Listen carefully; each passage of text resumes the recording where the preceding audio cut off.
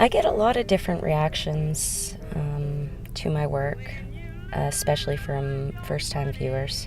And they can be negative, they can be positive, they can be confused. People often have a lot of questions rather than answers.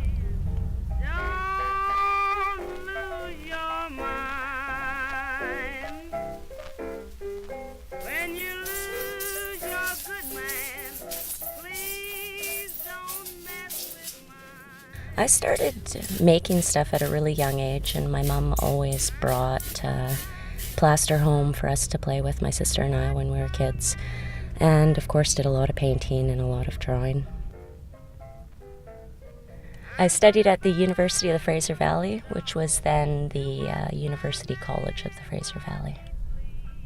First year university, I did take a sculpture class, and that is when I started really exploring different materials, using everything from wood to plaster, and that's actually when I started doing some life casting as well. I'm currently making 3 harpies. One large harpy, which is potage, and 2 smaller harpies. A harpy is a bird woman that used to, in literature, personified storms and weather.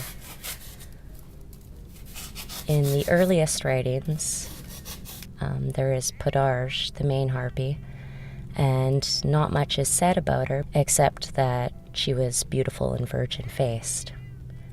In later writings, 2 more harpies are added in a lot of the stories, one of them being of King Phineas, and the harpies by that time have transformed into really hideous creatures that spoil everything they touch, and they are sent to punish people.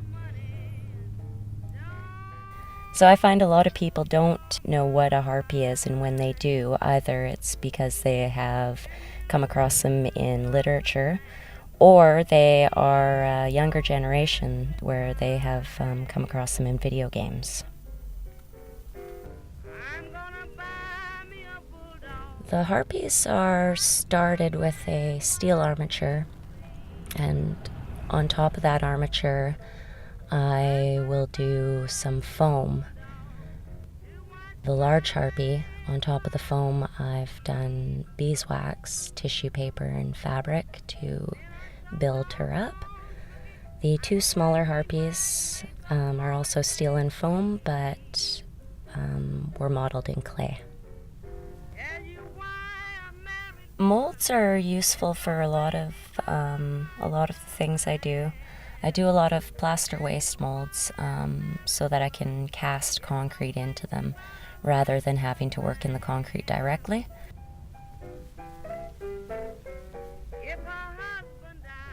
So what I'm making here is a mold of a harpy skull.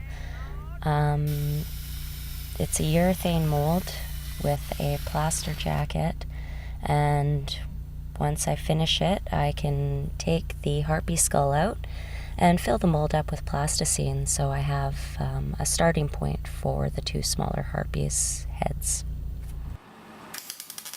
I find working as a woman with a lot of the materials I work with is funny. Often the viewer assumes it's a man because of all the concrete and steel. I love using concrete. I find it very versatile, and I often like to put it into the mold so that it looks fragile and it looks like it's got cracks in it and fragmented and like it could fall apart at any moment. But of course I also love the durability and the strength and the weight of the concrete. Skeletons often appear in my work, or fragments of. Often bones will be exposed, and it's symbolic of a lot of things, and it's a really kind of complex thing to talk about. Well, and I think a lot of my work has to do with really trying to balance everything, like strength and fragility, or like life and death, or ugliness and beautifulness, but trying to strike a balance always. I don't really see this body of work as its own entity or a completion of an idea. I really see it more as an extension of my past work and part of the evolution for future work.